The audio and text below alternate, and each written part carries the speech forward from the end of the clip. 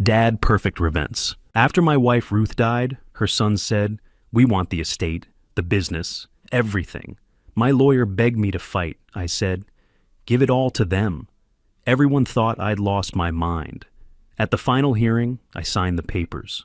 The boys smiled until their lawyer turned pale when he read one sentence.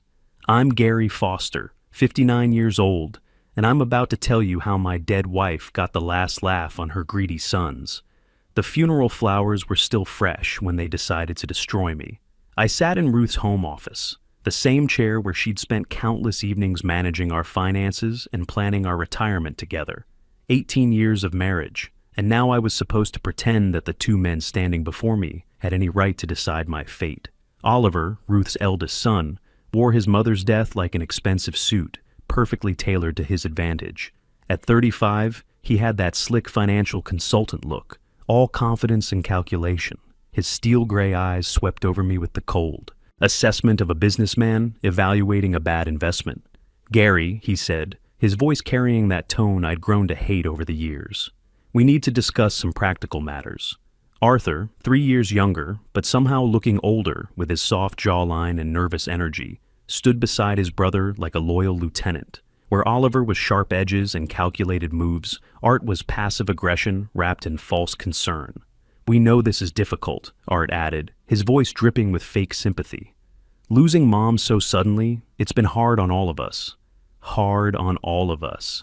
As if they'd been the ones holding Ruth's hand during those long nights in the hospital. As if they'd been the ones making impossible decisions about treatments and pain management. They'd shown up for the funeral, of course. Oliver flying in from his practice in Denver. Art driving up from Phoenix, where he ran some real estate outfit. But during the 4 months of Ruth's illness, when it really mattered, I'd been alone. "What kind of practical matters?" I asked, though something cold was already settling in my stomach.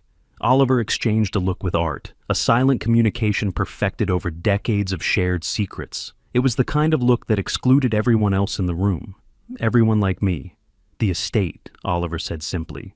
"Mom's assets, the properties, the business interests. We need to sort out how everything will be distributed." I felt my fingers tighten around the arms of Ruth's chair.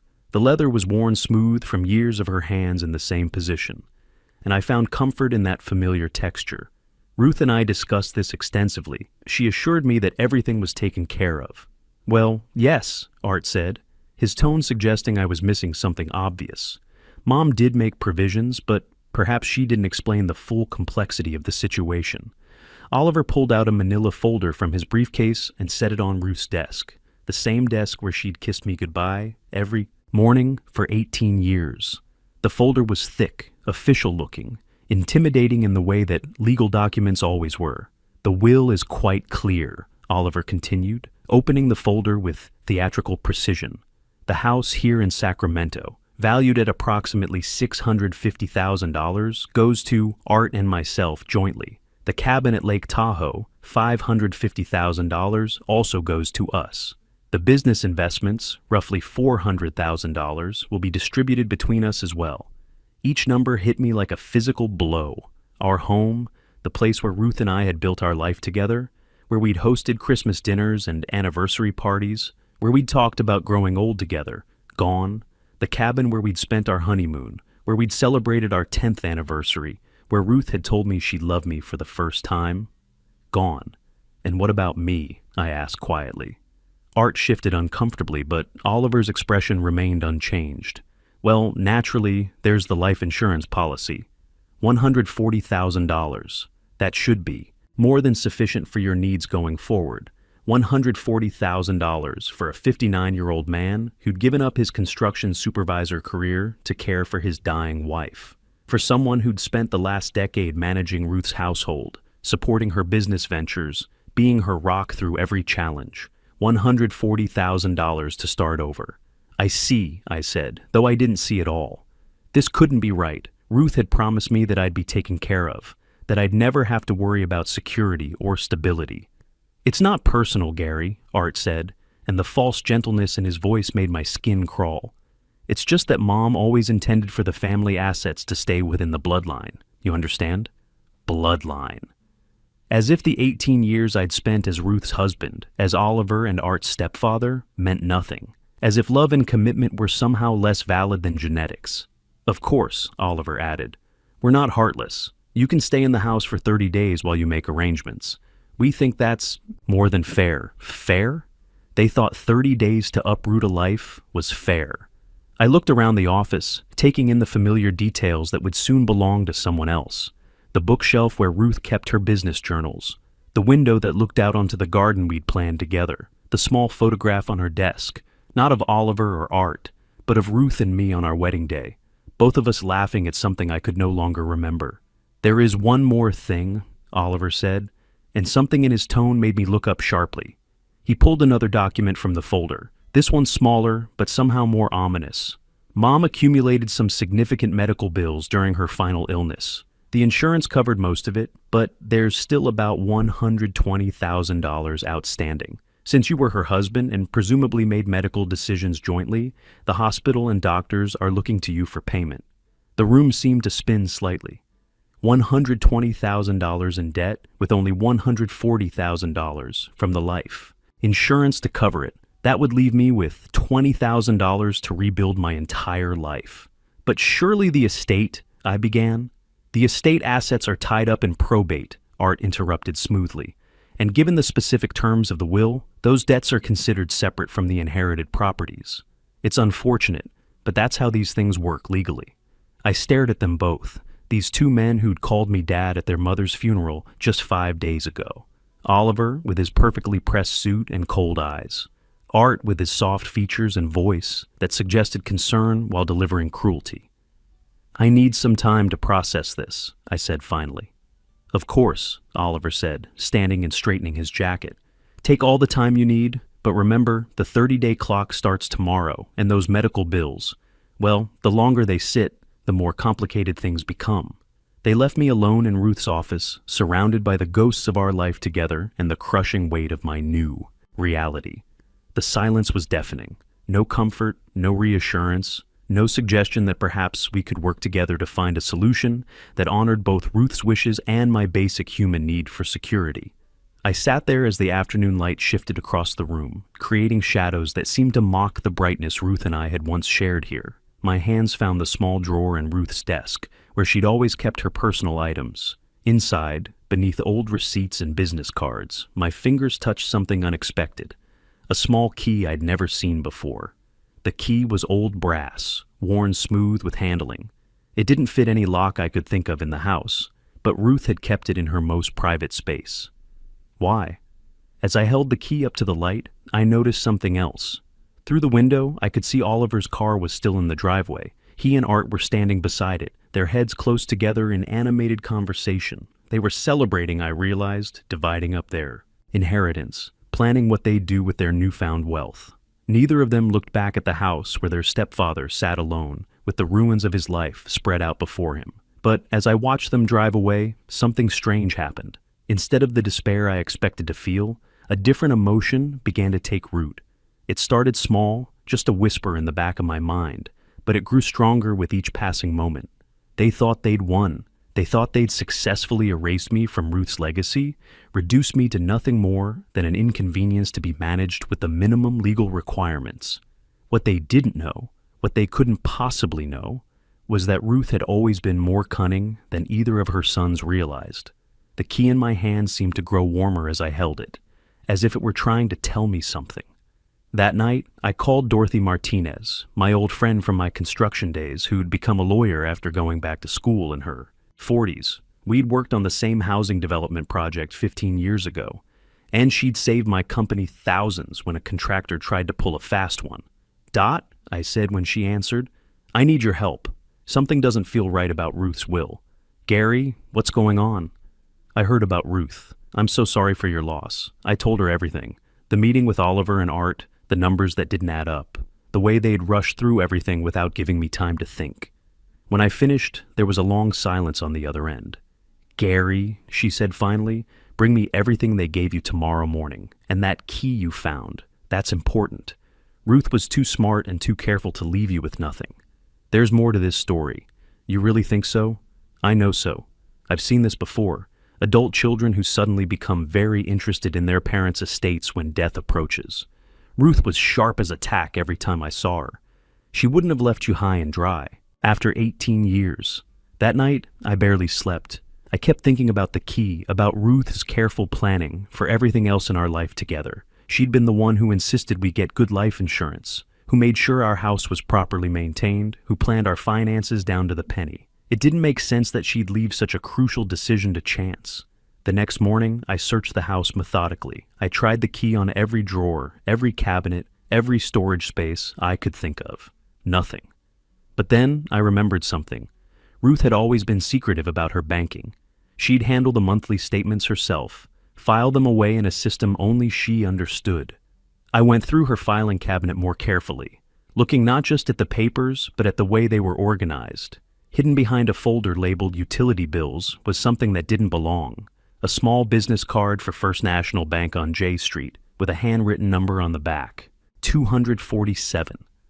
My heart started pounding. Ruth had never banked at First National. We'd use Sacramento Credit Union for everything. So why did she have their business card, and what was that number? I called the bank and spoke to Helen Rodriguez, the manager. "I'm Gary Foster," I said. "My wife Ruth recently passed away, and I found a card for your bank with the number 247 written on it.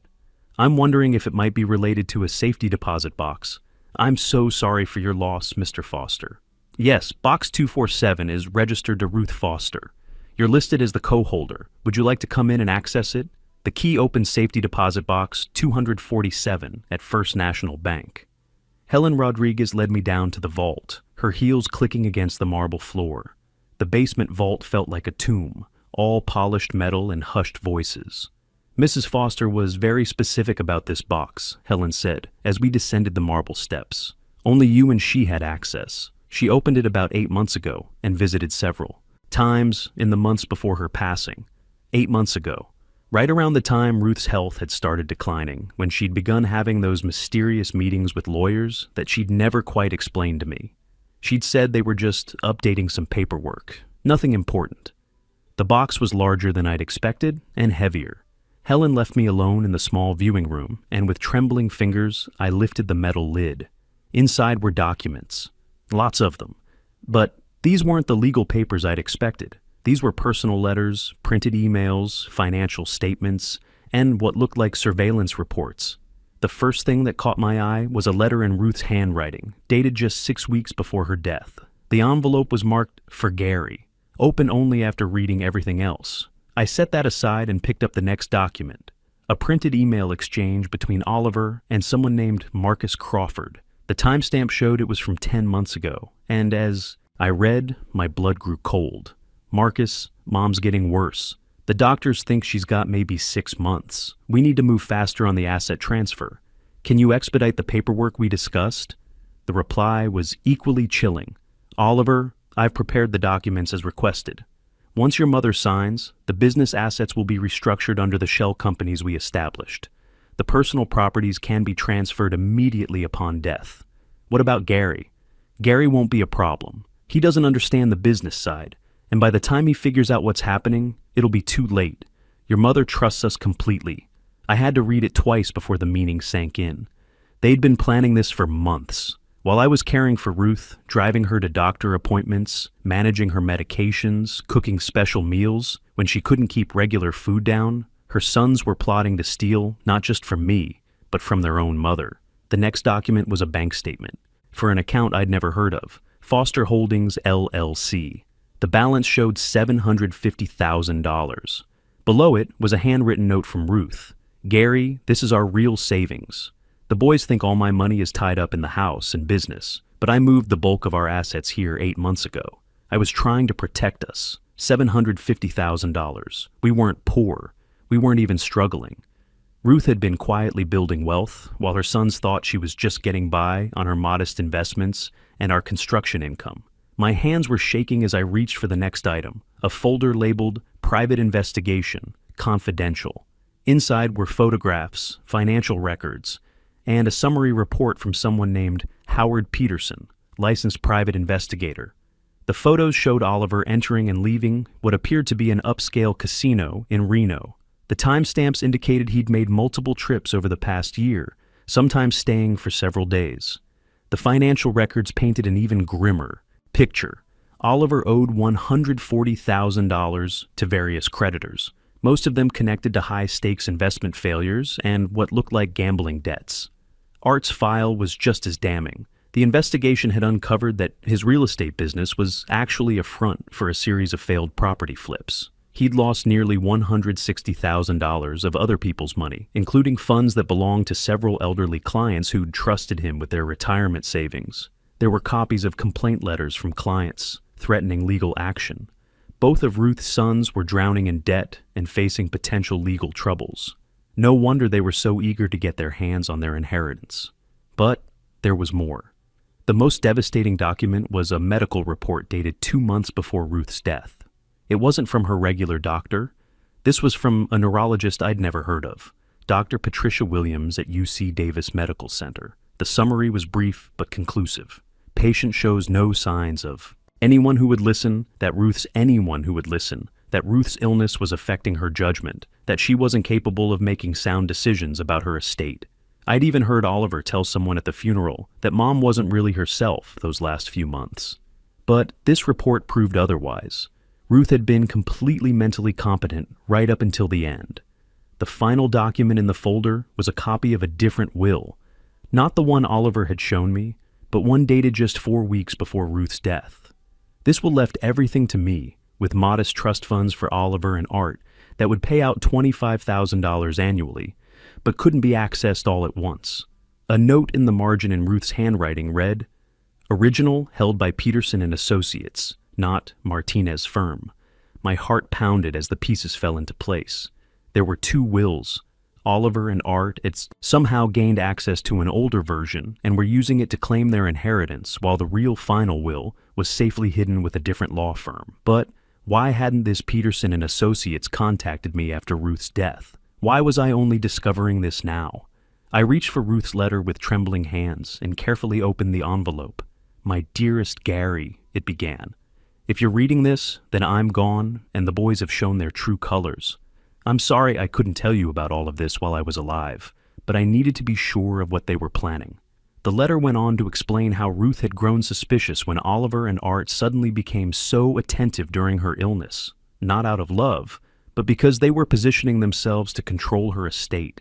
She'd hired Howard Peterson not just as an investigator, but as her attorney, moved the money to protect it, and created an elaborate plan to ensure I was taken care of.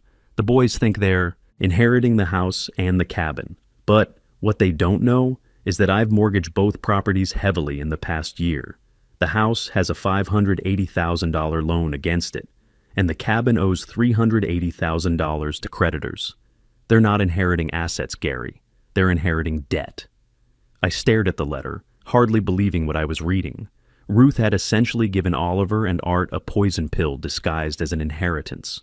The life insurance policy they mentioned is real, but it's not for $140,000. It's for $320,000, and that extra money is meant to help you start over. Howard Peterson has the real will and all the documentation you'll need. Call him immediately after reading this. The final paragraph brought tears to my eyes. I know this seems cruel, but I couldn't stand by and watch them steal from you the way they've been stealing from everyone else. They made their choices, Gary. Now they have to live with the consequences. Take the money, start fresh, and don't look back. You deserves so much better than what they were planning to give you. Love, always, Ruth. 2 days later, I sat in Howard Peterson's downtown office, a modest place that felt more honest than the polished law firms Oliver probably frequented. Peterson was a straight-talking man in his 60s who'd clearly earned every gray hair. "Your wife was brilliant, Gary," he said, spreading documents across his desk. "She documented everything, every forged signature, every fraudulent transfer, every lie Oliver and Art told during her illness. If you want to pursue criminal charges, we have enough evidence to put them both away. What happens if I don't want to go that route? Then we let them hang themselves with their own greed." Ruth prepared for both scenarios.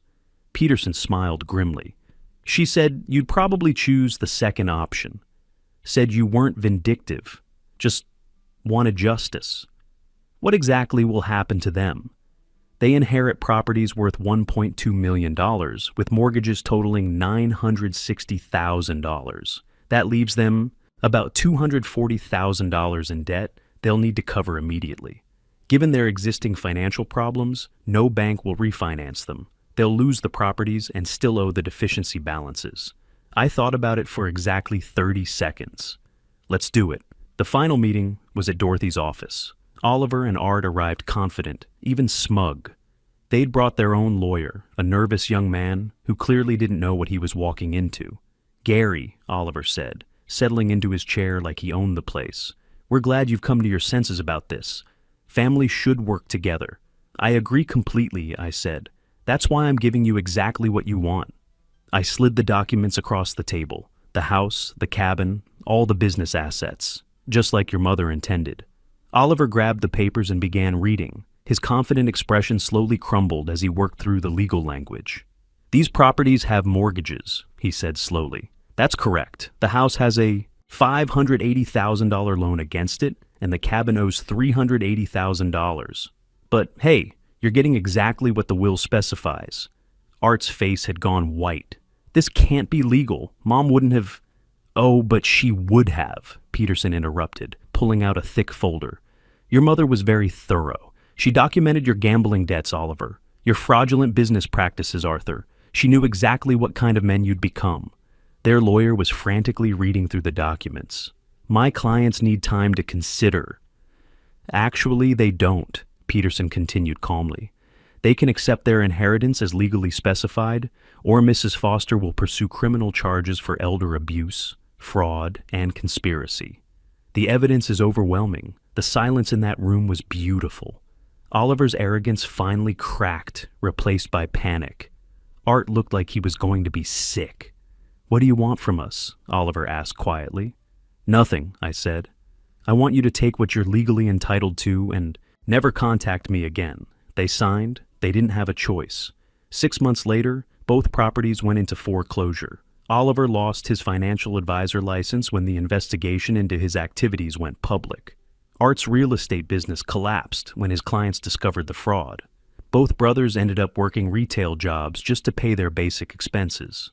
I used the $750,000 from Ruth's account and the life insurance money to buy a comfortable house near Lake Tahoe, where Ruth and I had been happiest.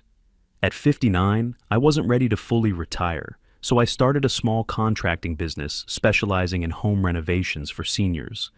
But the most satisfying thing I did was establish the Ruth Foster Foundation for Elder Financial Protection. We've helped 47 families avoid the kind of manipulation Ruth's sons attempted. And we're just getting started. Ruth always said she wanted to make a difference in people's lives. Sometimes when I'm sitting on my deck watching the sunset, over the mountains I think about Ruth and smile. She got the last laugh after all.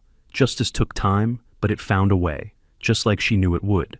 The biggest mistake greedy people make is underestimating the quiet ones. We might not say much, but we see everything, and we remember even more. Ruth taught me that real revenge isn't about getting even. It's about letting people destroy themselves with their own choices while you build something better from the ashes.